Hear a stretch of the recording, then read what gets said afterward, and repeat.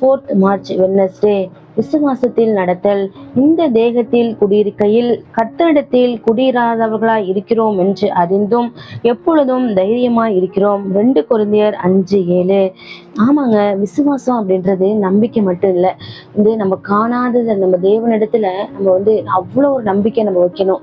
நம்ம நடக்காத ஒரு காரியம் கூட நம்ம தேவனால நடக்கும், நம்ம காணாததை கூட நம்மளால காண முடியும் அப்படின்னு சொல்லிட்டு நம்ம நம்பிக்கை வைக்கணும். நம்மளோட வாழ்க்கை எப்பயுமே எப்படின்னா, முன்னாடி என்ன நடக்கும்ன்றது தெரியாம தான் நம்ம நடந்துட்டு இருக்கோம்.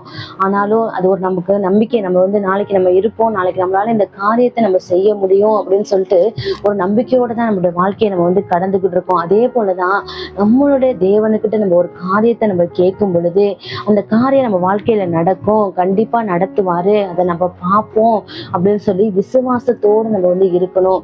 அப்படி நம்ம விசுவாசத்தோட இருக்கணும்னு சொல்லிட்டு தான் தேவன் நம்மளை அழைக்கிறாரு.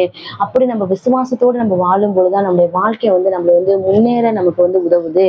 ஜெபம். விசுவாசத்தின் தேவனே, நாங்கள் காணாத போதும் உம்மை நம்ப கிருபை தாரும். ஆமென். Have a wealthy Wednesday.